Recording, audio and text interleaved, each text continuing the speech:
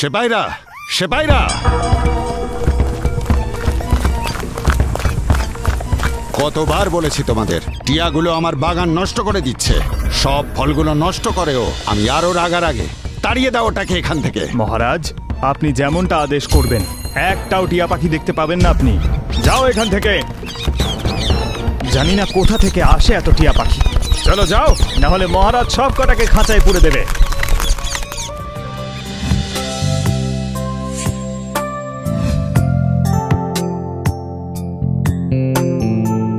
মহারাজ, সব কটা টিয়া পাখি পালিয়ে গেছে। আপনি এবার নিশ্চিন্ত হয়ে প্রাসাদের ভেতরে যেতে পারেন। বাগান এখন সুরক্ষিত। ঠিক আছে।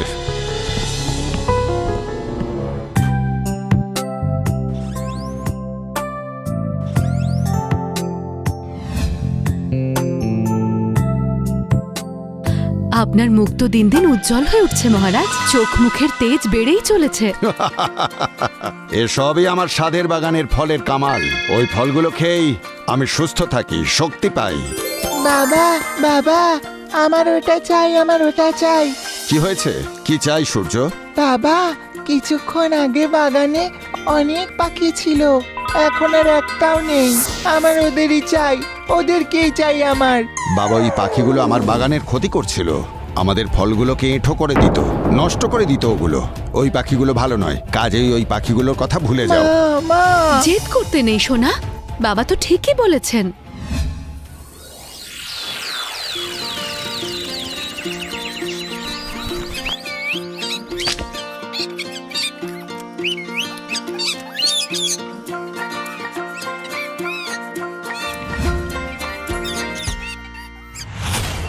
সেপাইরা, সেপাইরা, ধরো ওই টিয়াটাকে, জাল ফেলো, খাঁচা আনো, যা খুশি করো। ওই টিয়াটাকে আমি খাঁচায় বন্দি দেখতে চাই।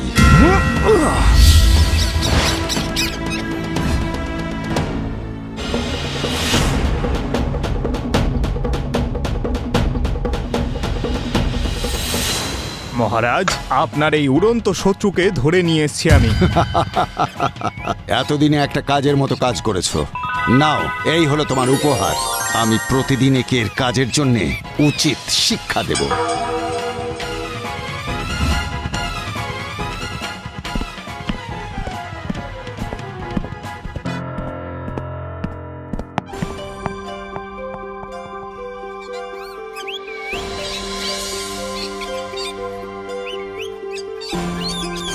আরে তুমি তো সেই যে সেদিনকে গাছে ফল খাচ্ছিল।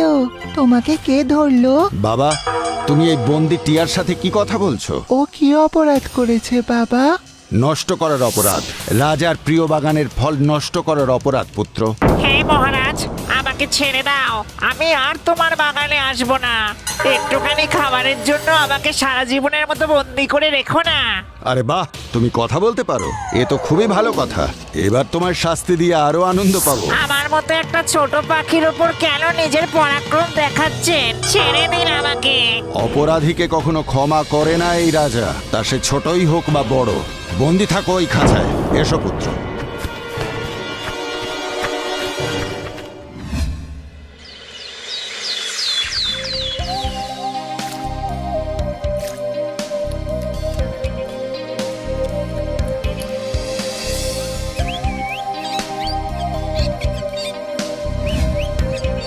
এই নাও, তুমি এই ফল খাও। বন্ধু, যদি তুমি আমাকে ফল খাওয়াতে চাও তাহলে এই খাঁচাটা তোমায় খুলতে হবে। এইভাবে বন্দি হয়ে আমি ফল খেতে পারবো না। এই খাঁচাটা খুলে ভেতরে ফল দাও।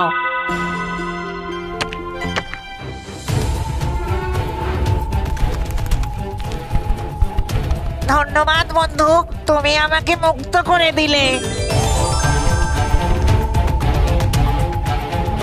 বাহ বাহ, আজকের ভোজন তো অত্যন্ত সুস্বাদু দেখছি।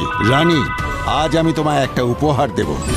যে খাবারটা খেয়ে তুমি খুশি হচ্ছ মহারাজ, এবার থেকে যখনই তুমি ভোজন করবে তোমার আয়ু বেড়ে যাবে।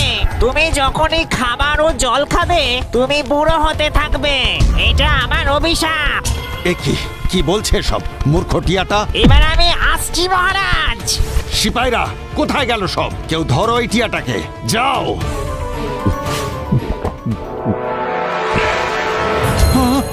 এ কি হলো আপনার? আপনার সমস্ত চুল মুখের ঔজ্জ্বল্য, হে ঈশ্বর! ওই টিয়ার দেয়া অভিশাপ ভুলে গেছে।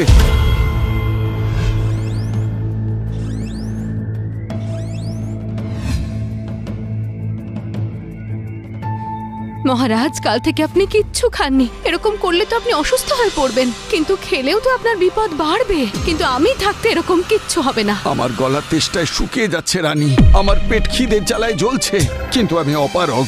মহারাজ, অল্প করে একটু খান। না রানী, আপনার সব থেকে পছন্দের ফলের রস বানিয়ে এনেছি, দয়া করে এইটা অন্তত খেয়ে নিন। ঠিক আছে।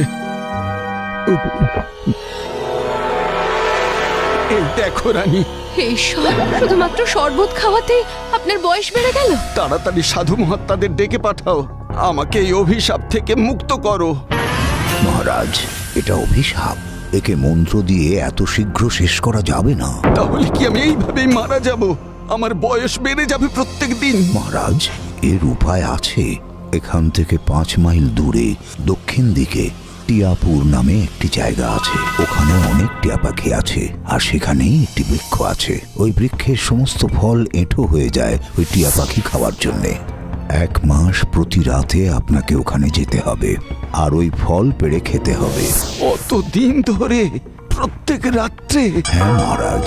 আর আমি যদি সমস্ত ফল একসাথে তুলে রেখে দিই সেপাইদের দিয়ে আর রোজ খেতে থাকি, তাহলে? মহারাজ, আপনার অবস্থা আরো খারাপ হতে পারে। প্রতি রাতে আপনাকে একলাই যেতে হবে, আর একটি এঁটো ফল খেতে হবে আপনাকে। তাহলেই আপনি এই অভিশাপ থেকে মুক্তি পাবেন। ঠিক আছে মহাত্মা, আমি তাই করব। আমি শুধু আগের বয়স ফিরে পেতে চাই।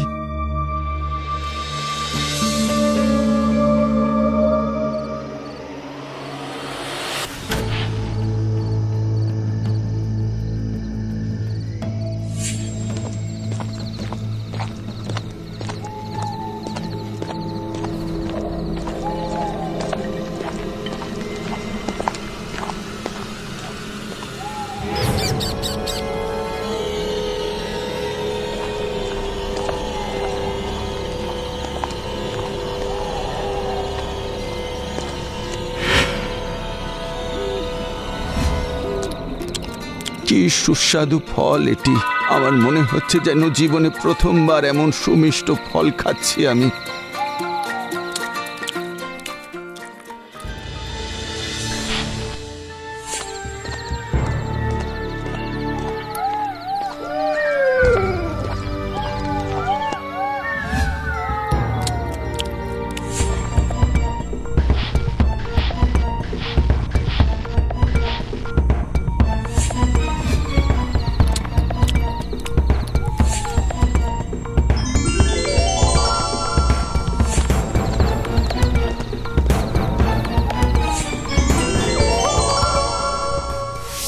মহারাজ, আপনার স্বাস্থ্য আগের থেকে অনেক ভালো হয়েছে। আপনার অভিশাপ মুক্ত হওয়ার আজ শেষ দিন। আজ শেষবারের মতো আপনাকে ওই ফল খেতে হবে, যেভাবেই হোক। আমি প্রত্যেক দিনের মতো আজ ওই ফল খেতে যাব মহাত্মা। যে কোনো বাধা আসুক না কেন, ওই ফল আপনাকে অবশ্যই খেতে হবে মহারাজ। মহাত্মা, আমি সব বাধা পার করে ওই ফল খাবই খাবো।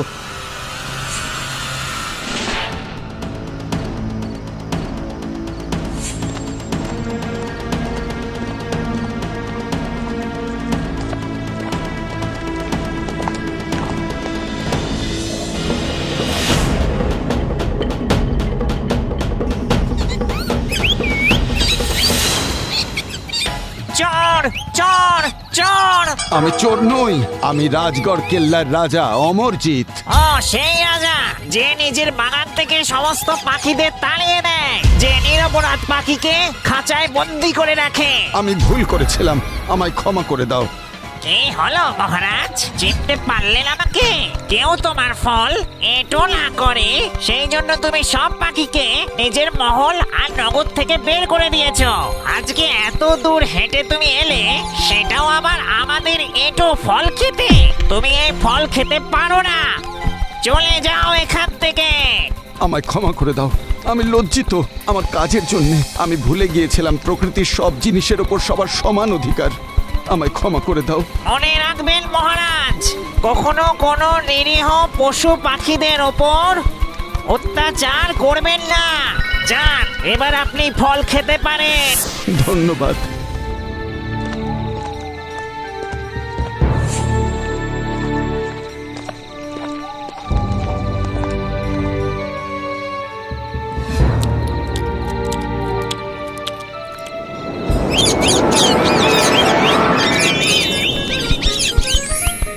রূপা, আমি তোমার কাছে কৃতজ্ঞ রইলাম। আর এখন থেকে প্রত্যেক দিন তুমি আমার বাগানে আসবে, ইচ্ছে মতো ফল খাবে বন্ধু। আমি প্রত্যেক দিন তোমার প্রতীক্ষায় থাকবো।